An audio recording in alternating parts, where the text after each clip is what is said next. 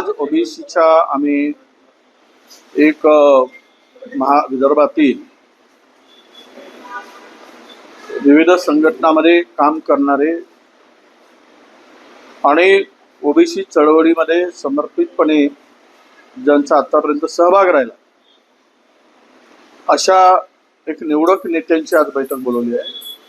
आणि ही बैठक उद्या निघणाऱ्या पुढे जो आम्ही तारीख आता ठरणार त्या तारखेच्या मोर्चाची तयारीसाठी ही आजची बैठक महत्त्वाची आहे। पण या बैठकीमध्ये चर्चा होऊन गाव पातळीपर्यंत ओबीसीचे नेते जातील आणि झालेला अन्याय त्यांच्या पुढे सांगतील।